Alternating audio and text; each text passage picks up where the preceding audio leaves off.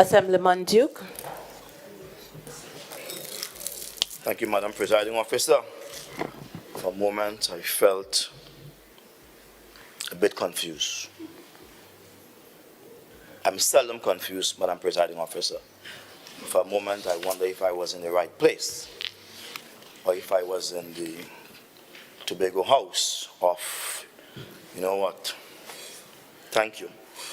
To my colleagues all, I stand here today to amplify the motion.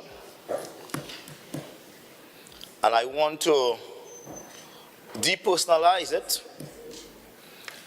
And I could tell the power of speech, but my colleagues on the other side, they say when the sun too hot, gotta get up and look for the shade. It is said that a rose could have thorns, but thorns don't have roses. They're two separate issues. Madam Presiding Officer, the issue today is one that exceeds bid rigging, one that speaks to corruption. And I want to spend a little time on what my colleague from the Assemblyman from Belgarden, Glamorgan, did not speak on. They brought nice PowerPoint using the TV for their own personal gain. I want to speak about corruption. The motion reads, whereas there is public concern about allegations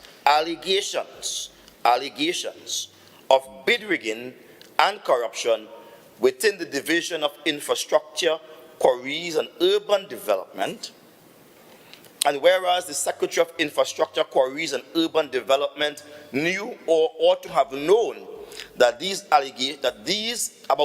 allegations of corruption, and there's a reason why I'm reading it, after all that long waste talk about this and that, you went off the road and you have left audiences misguided. There's a need to come back. Why we are here? I said I felt confused for the first time in this house. I'm very seldom confused. I did. And whereas the Secretary's conduct in relation to the allegations raises questions about his sustainability to conduct the affairs of the people of Tobago and to hold public office, be it resolved that this House affirm a position of no confidence in the ability of the Secretary of Infrastructure, Quarries and Urban Development to continue to lead that division consistent with his oath of office. And be it further resolved that this House support the call for the Chief Secretary to act in accordance with Section 36(3)(c) of the Tobago House of Assembly Act and to advise the President of the Republic of Trinidad and Tobago to revoke the appointment of the Secretary of Infrastructure, Quarries and Urban Development. This is serious business. Gotta drop it like it's hot. There are allegations of corruption, certainly, in the divisions of infrastructure, quarries, and urban development. There are allegations. And so I went to transparency.org. And I say, I type in, what is corruption? How do you define corruption? Transparency.org says, we defined corruption as the abuse of entrusted power for private gain. Then it explains the negative effect of corruption. Corruption erodes trust, weakens democracy, hampers economic development, and further exacerbates inequality, poverty, social division, and environmental crisis. Exposing corruption and holding the corrupt to account can only happen if we understand the way corruption works, very important, and the system that enable it. Gotta drop it like it's hot. My friend, my colleague, though we're not on the same side, I saw him making some points that are valid. project for a basic crossing of a drain between the Smithfield and the Dutch Fort area amounted to some $20 million approximately. Yeah? Few slip and curbs. But on an evaluation of that project, it was dubbed to be in the vicinity of $7 million thereabout. They, in that department, are entrusted. Yeah, they are entrusted with trust and public funds to achieve, let me get the correct term here. They're entrusted with power and public funds. Could it be that the prices were escalated for private gain? And that's a question that we have to ask ourselves in the House today. Whether or not things that have moved from the usual to unusual have gone so because of private gain. The minority leader spent a great deal of time pointing out the bill of quantities on certain projects. It was normal, and then it became abnormal on one project.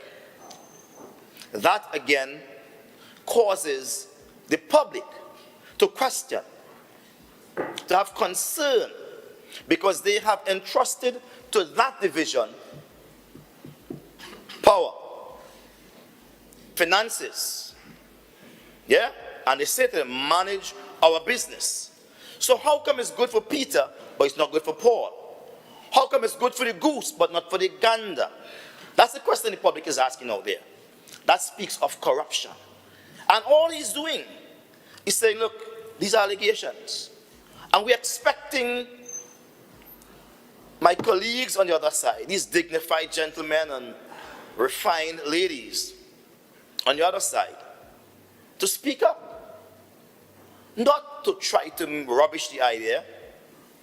I heard my colleague, same assemblywoman from Belgarden, Glamorgan, said in a very passionate voice, there is no need to continue this debate. And maybe she was right. Because those who spoke after her said nothing. And yet, I heard the assemblyman for Speyside Palliative saying, give them 10 minutes more. I thank God for the wisdom of the minority leader. He stood up and he brought them back on principle, and immediately their debate came to an end. Hot air. Hot air.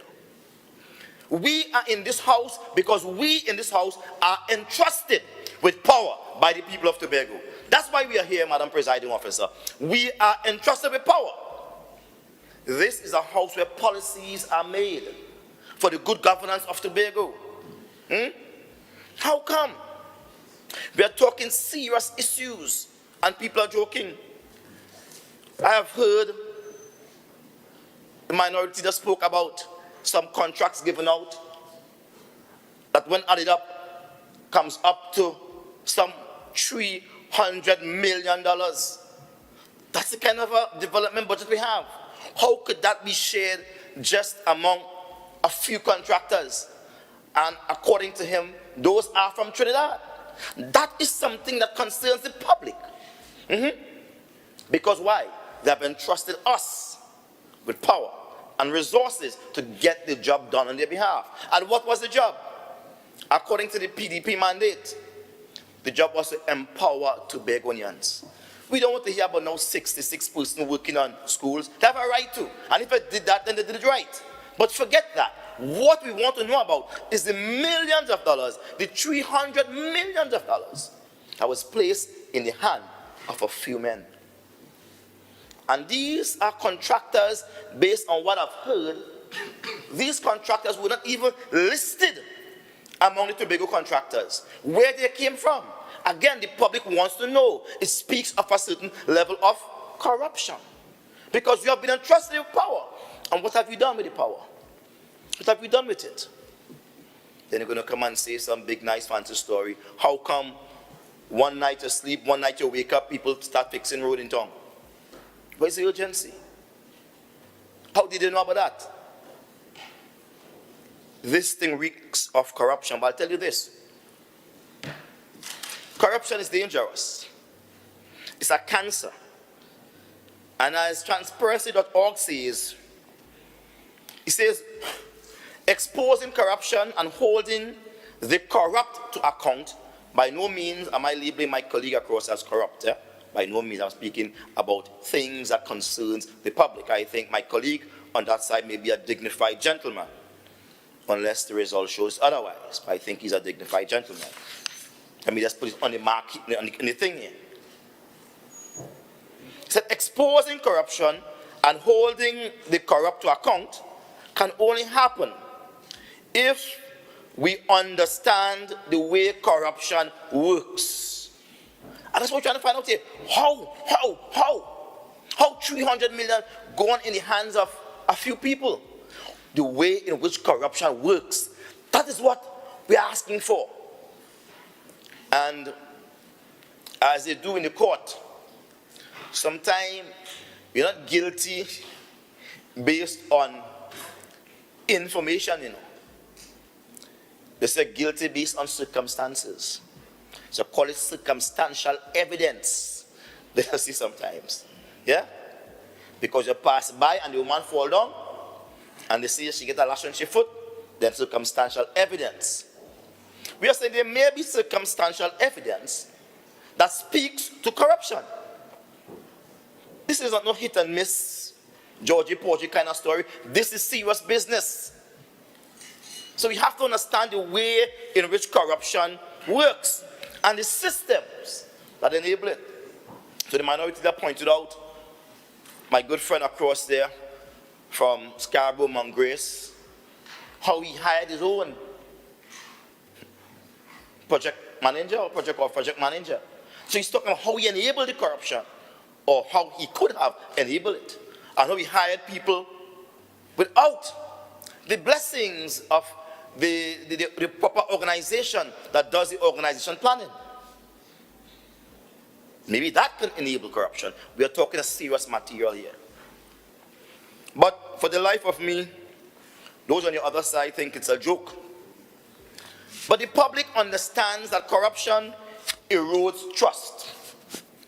And a lot of people just saying things. It weakens democracy. Because you don't want to hear nobody at all. You want to do what you want to do. It hampers economic development. And let me just pull aside and pause here for a while and wind upon it a little bit. You see, last year, when the government read the budget, oil was pegged at $92 per barrel. Just call it that. And gas was pegged at $6 per barrel, or MMBTU, as you call it. Today, those prices have gone south. In reality, what you are getting out there right now for gas, what it's selling for is $78 per barrel. Big deficit on our budget, right? In our estimation, big deficit. And for gas, instead of $6, it is now being sold at 2.4 MMBTU. What I'm saying to you, Madam Presiding Officer, what I'm saying to this country, that shortfall of oil and gas in our estimation should have brought in some, let me get it correctly, that should have brought in some $56.2 billion in revenue at the end of September 2023. I mean, almost half. And we should have spent $57.7 billion. Therefore, the deficit in this year's budget should have been approximately 1.5. But with oil at $78 a barrel and gas being sold instead of $6 to some 2.4 MMBTU, we are in a serious crisis. We are a serious crunch for money. Therefore, this motion becomes more serious. It becomes more serious because the dollars that we are spending as if it is water is a finite resource. And what we are giving away will take a very long time to come. I traverse the streets of Tobago all the time, and I heard people complaining about not getting their ex gratia payment. Do they promise the ex gratia payment? And it could be because of corruption. Because they're misusing the money. And when they misuse the money, the funds that they're expecting doesn't come. Because the government in Trinidad is in a crunch. Hence, they're trying to increase electricity, which falls under the division of my good colleague of infrastructure, quarries, and urban development. They should have been the one championing that. Right? I mean, I know that they will say it is under housing and all that kind of stuff. Yeah? But they should have been the one championing that. Along with my colleague from Mason Hall, Mariah. They should have been coming to champion that and say, hey, let's reduce this. Tobago cannot pay that. XYZ be the case. They should have been the ones championing the reduction of the airfare and the boat fare to Trinidad at extra $100 return. They should have been championing that because money is a scarcity. Corruption indeed, Madam Presiding Officer, weakens democracy and it hampers economic development. It further widens and intensifies inequality, poverty, and social division and environmental crisis. There are a lot of people today who are unemployed, young people in particular, have a lot of subjects. They did what they were supposed to do. We have told them, look, I'm going to teach you how to fish. So you can fish for a lifetime. They went to university, they went to technical school, they went to high school, got what is required so they could start fishing. But when they fish in wholly, they ain't getting nothing. I'm speaking symbolically. Why? Because some big political trailer pass and pick up everything. Clean up all the jobs on them. And so recently, last year, December, persons got 2 fortnights. And some were told they would have continued to work. No jobs. Because there's no money. Why there's no money? For a few men got some 300 million. One man got some 20 million for some drain across down in town down there. Another man got some 25 million for some steps to convert into road in Mariah. And next man got some 25 million for some piece of a concrete they put by the side of the road and threw some rotten rock on it. Call that road. Yeah? In Argyle, Lamy. And that's how money is spending. If we look at the budget for URP and CPEP, it's about $18 million. What I'm saying to you, we could have hired twice the amount of people, over 3 times the amount of people with those projects. Yeah? So with the project that we have run in Scarborough, crossing that little drain down in Smithfield down there, and the one in Lamy, putting these little culvert by the road, or call them concrete by the road. Or we convert the steps into road. That is all good. But in an economic crisis where dollars are scarce, that could have had 3 times the amount of persons working European CPEP. And though the money is not much, I can say to you, it would make a lot difference in the lives of people who have nothing to expect when the month comes. We are talking about using our money for the greater good of society. This is what we spoke about on the platform. Also, we spoke about on the platform that when we hire contractors, we are going to discriminate positively towards them. What do I mean by that? I heard my good friend from Belgarden, Glamorgan. She's the only person who spoke. Really. I heard her speaking about Tobago contractors target $100, $1,000, or $100. That's disrespectful.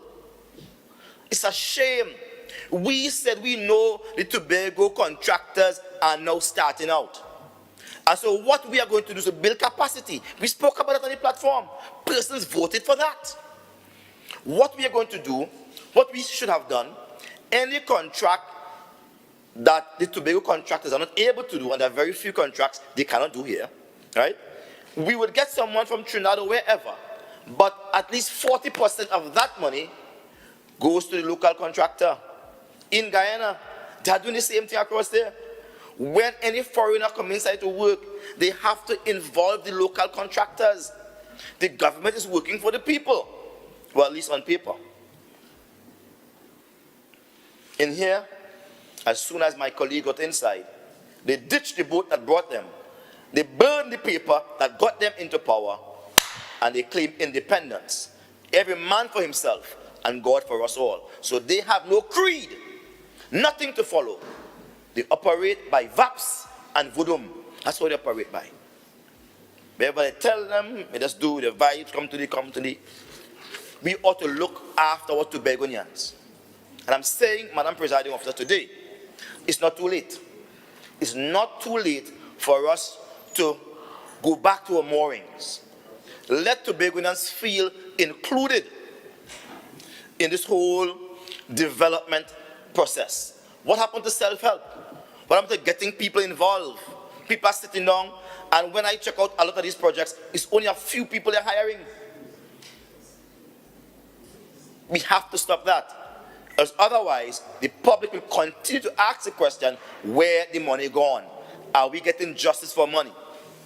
And so as I wrap up, Madam Presiding Officer, I say to thee that this is a matter for the Chief Secretary to decide on, whether he wants to revoke the appointment of the Secretary or not. But the public will have to judge the Chief Secretary, because all of us took an oath. And the oath that all of us took is something that goes like this. And I,